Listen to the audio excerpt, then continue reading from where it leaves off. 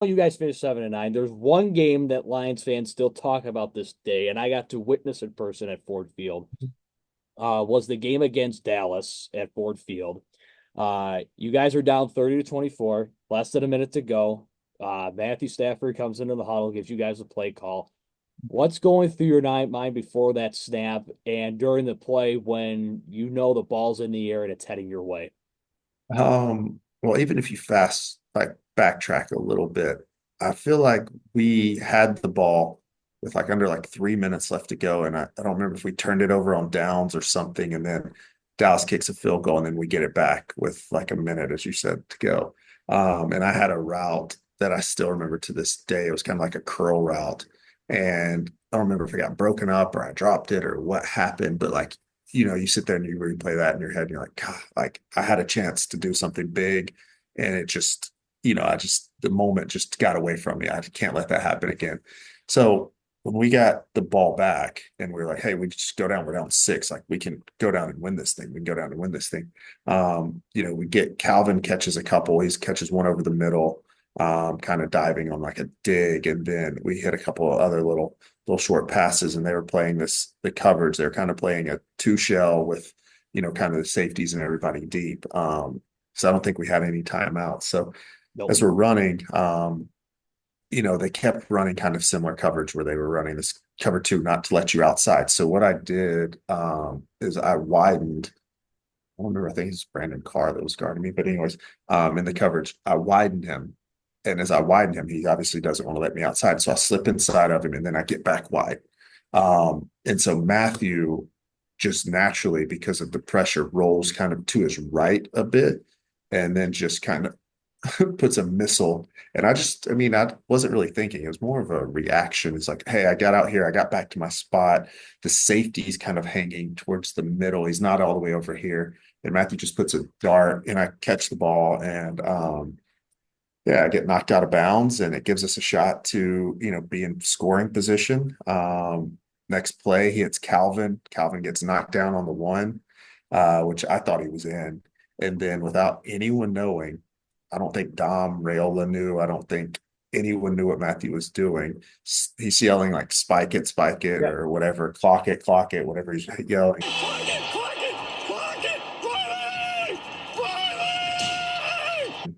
And I line up, I was all the way to the left and on the 1 yard line thinking, okay, clock it, got one more play. Matthew dives over and like I turn around and look at the ref and I turn around and look and we're sitting there like, okay, like is he in? Is he in? Well, they go to review the play and we're standing over on the sidelines. And I remember Coach Schwartz walking up and he's like, did you get in? Did you get in? Matthew's like, yeah, I got in. They never tackled me. Like, I'm definitely in. Because he gets, even though he's over, he gets bunched back and then he runs in. Yeah. So regardless, is going to be a touchdown. So we weren't sure if they were going to stop forward progress was stopped or what was happening. So we lined up on the ball. So if they said, like, because I think there would have been, like a 10-second runoff or something of that nature because we don't have a timeout. So we were going to spike the ball as soon as they rolled it, we were going to spike it to try to get a second on the clock to run a play. So we were ready for that. We were able to pull out that win. That was a big day for all of us. It's a good memory. It's definitely a good memory to have. Just on the leadership that Matthew showed, the big play that Calvin had throughout that game. I think he went off for like 300 yards or something stupid. It's one of those days because earlier in the game he took a slant and I should have been called for holding, but he takes it like 85 yards and gets knocked out on like the 7 yard line. I definitely should have been called for holding on that because it was a run, it was an RPO. So he was supposed to hand off for a run, but he throws the slant to Calvin and Calvin kind of breaks through the safety and kind of runs down the sideline. Yeah, it's that win was just for I mean, there just for the people that were still around to witness that and like for me being a 13-year-old, I couldn't believe what I saw. I mean, it was just I mean it started with with the biggest play was one of the biggest plays was you, and then it went to Calvin, and then the Matthew running in yelling clock it, which we've all probably heard the audio of him at this point with he was mic'd up for that game when NFL Films released that. which is an all-time classic for him. So that was just probably one of the most defiant wins from that season, even though you guys went 7-9. But after your time with Detroit, you spent some time with the Tennessee Titans and Oakland Raiders before becoming a member of the Parma Panthers. Now, for those who Yep. don't know, where is Parma? What kind of league is it? And how did you end up signing with them? So Parma Panthers are located in Parma, Italy. Um, you know, that was kind of an adventure on its own. I was a bit jaded from my journeyman stature in the NFL. 5 years in, four different teams, trying to just catch on where I could. Phone had kind of stopped ringing. Um, just didn't really know what to do as like a 28-year-old man, always played sport, played through college, phone's not going off. What do I do? Canada calls me, and luckily I had a contact who was a GM for a Canadian team in Toronto. So I called him. I was like, hey, like, this is a deal I just got from a team. What's your thoughts? And he gave me some very honest um, kind of insight, saying that the NFL knows who you are. If you think you're coming to Canada to get back to the NFL, you're most likely wrong. And I was like, well, clarity is kind. I appreciate that as much as it hurts. But yeah, so I turned down Canada, and I still had love for the game. I still wanted to play the game. And so I got in touch. Actually, they reached out to me. Ugo Bombacini reached out to me in Parma, and I'd heard of the league through a book that I had read previously called Playing for Pizza. And I was like, you know what? When else would I ever have an opportunity to live abroad, play football, and kind of have a paid vacation, so to speak? So decided to go to Parma, met a girl, went back for a second year. Now married to that wonderful, wonderful woman. And so yeah, still have a lot of love for Parma, best food in the world. Great community, great friends that I've made through that experience. And I could just when just talking, I can just only picture, yes, in my mind, just about just the scene, the atmosphere, just being in, just not just the city of Parma, but just in the country of Italy as a whole. It's a dream place of mine to go visit, and I could just imagine it. But so after your season with Parma, you retired for football for good as a player in 2018. So what have you been up to since you retired? Are you still over Yep. Italy? Are you still overseas? And like the lanyard you have on. Tell me about your role at the NFL Academy. Yes, so fell in love with the international side of it because I was able to relate to a group of people through a sport that I love, even though we don't speak the same language. You may not have the same religion or same background or same culture, but you relate over sport. And for me, that was a beautiful experience. So I wanted to help grow the game in some capacity. When I finished playing, I went to work for the NFL in New York at the league office there on Park Ave. Um, Went to work there in player marketing, knew I wanted to get back somehow to the international side. So I was networking internally and got to know a guy named Will Bryce and James Cook. They were leading the international player pathway. So the NFL's IPP, which is for international players, roster exemption on for practice squad. And so got to know them through that, spent some time trying to, help them out, set up contacts there in Italy or Germany or wherever I had a contact, try to help them scout players and do different things. So did that for a year. I was still trying to figure out COVID and all this other stuff. Carol was still in Europe. She had taken a job. She had moved from Italy, where she's from in Parma, to Paris. So I was able to get a visa and go through that process. And so I moved over to Europe to, for us to kind of continue our relationship and continue kind of working for the NFL and through the IPP stuff. And then about the same time, actually the day after the Super Bowl, and the one Matthew won there, what was that, 2021? Correct. Um, Yes, over yeah, six so and a that'll half. be 20, so February 2022. Um, I'd gone out to LA for the game. So I was there next to his wife, Kelly, and a lot of our friends had come out to LA for that game to support him. And I was sitting at his house and I got a call and they were like, hey, look, you know, I know you're helping with the IPP stuff, but the academy needs somebody to help kind of focus on their football development side. And I was like, yeah, like I'm already over in Europe, like it makes perfect sense. So that's what I do. So essentially, the NFL Academy is a high school football program that the NFL kind of sponsors and supports. That we have 67 kids from 19 different countries and territories. So a lot of different languages, religions, cultures, all true melting pot here at school. We go to school in a place called Loughborough, England. It's about 2 hours north of London. It's kind of a sporting paradise here in the UK. A lot of highly trained athletes, whether it's swimming or, I would call soccer, rugby. A lot of, athletes come here and train. And so, yeah, we're based here. Kids go to, it's kind of like a boarding school for us. There's like 2,000 kids at the school, but, we have about 60, 70 of them. They live on campus here and they go to school here. And then we walk across the street to the university to basically, do football. Wow. So that is that is just fantastic because a lot of NFL, a lot of traditional NFL fans do not know what go, they know about just the homegrown products from the United States, from from different territories in the United States, from your neck of the woods in Georgia and Florida, Texas, California, and the Midwest.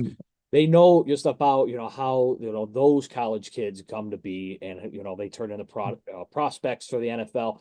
But a lot of people don't realize about the international side of it. Obviously, the NFL plays quite a few international games every single season over in England, in Germany, in Mexico as well. The game continues to expand. A lot of people just don't really know about the recruiting and the prospects that come from overseas. And with you being a part of that, that is just incredible. Just helping the next generation of talent make their way into the league. So That's the goal. I mean, we focus on the totality of the athlete, just like not everyone's going to be a pro, right? So we have to arm them with, kind of tools in their toolbox so that they can go be productive members of society or even further our agenda. So even kids for us that don't make it to the NCAA or to the NFL, they can come back or go back to their home countries and be that, kind of be that ambassador for us that, grows the game and teaches people about the game and kind of create micro influencers to help us do what we need to do in terms of the growth of the game, like you mentioned, Germany, Spain, UK.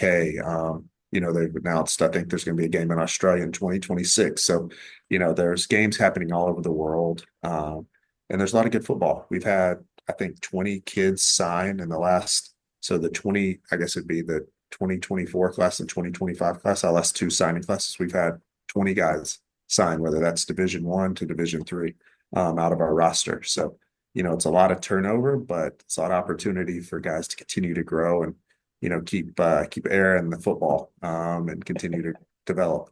and that is fantastic to hear that what you and the NFL Academy are doing overseas is working. It's working, and you're getting there's prospects going into the league, which is and they're going and trying to do and they're achieving their dream. They're living their dreams of making it in the NFL. Yeah, like you said, I did not know there's a game. There's going to be a game in Australia in 26. I remember the game between Green Bay and Philly this year that was played in Brazil because the game is continuing to expand all over the globe, and for what you guys do at the NFL Academy over in Europe, that's got to make you guys feel great.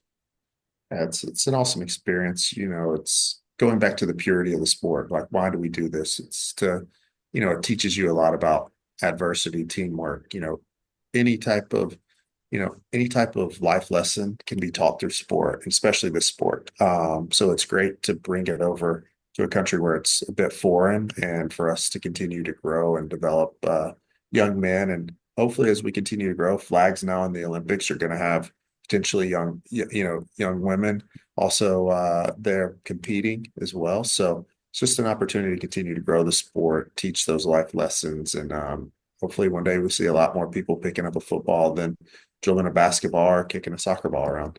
Yeah.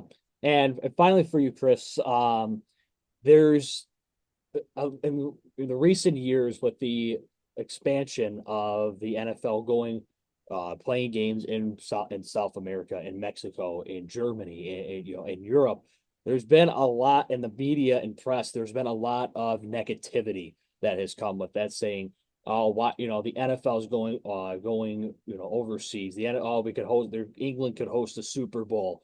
There's a lot of negativity about them playing games overseas. What do you have to say to that? Saying like, you know what, this is not a bad thing that the league's doing. Obviously developing talent, but overall expanding the game. What do you have, what do you have to say to all that negative media and press that's been given about the league playing games overseas? Well, when you look at it, everyone that's a fan of the sport, they're a fan for a reason. You either played, you know somebody that played, or you had some great experience with the sport. It's not just centered on the United States. There's great people in Canada or Mexico or Brazil or Europe or Asia. A lot of people are tied to the sport. They want the opportunity to see the sport live. So again, it's just about growing. And like I mentioned, there's so many great characteristics that you develop through this sport that you can't develop any other way. And I think that's what the beauty of it is. And that's why I think it's going to continue to be successful. I think the international initiatives is just, I know obviously there's a monetary gain from the NFL, but just giving opportunity to those that may have not been born in the right country, I think is something special. And I think it's something that we need to continue to press on, because it's not just tied to North America anymore. We're making the sport truly global. Wow, absolutely, absolutely, I agree with that 100%. And the international games for the NFL for 2025 season have already been announced, more specifically in the UK. So that's got to be exciting for you. So, Kris, thank you so much for joining me today. Just talking about your careers of Georgia Bulldog, your journey through the NFL, and now your awesome impact overseas in Europe. It's been a pleasure. Thank you so much. Thank you. Thanks. Wow, what a journey for Kris playing for the Georgia Bulldogs, the same school his father went to and ran track at, getting drafted by the Seattle Seahawks in 2011, playing for the Detroit Lions for a few seasons with his former college quarterback and Matthew Stafford. Them still having a great relationship to this day, even though with Stafford being in Los Angeles, and now with Kris being overseas in the UK, working for the NFL ambassador program. So for all you naysayers about the NFL playing games in England, in Germany, Mexico, Brazil, and in 2 years Australia, well, you have your answer. That is why they do it. That is to expand the game globally as it continues to be more popular. So that will do it for this episode of Keeping It Fresh. Make sure you subscribe to the channel. Follow me on Instagram at Aaron_Gemmel. Follow the show on Instagram as well, Keeping It Fresh with Aaron Gemmel. Follow me on TikTok as well. Follow me on Facebook. Subscribe to the channel. Hit that bell icon to make sure you get notified when a new show is posted. And make sure you check out my other shows with most recently with Darren McCarty, 4-time Stanley Cup champion with the Detroit Red Wings, Phil X, the lead guitarist of Bon Jovi, and the others I have done as well. So until we meet in the next one, as always, keep it fresh.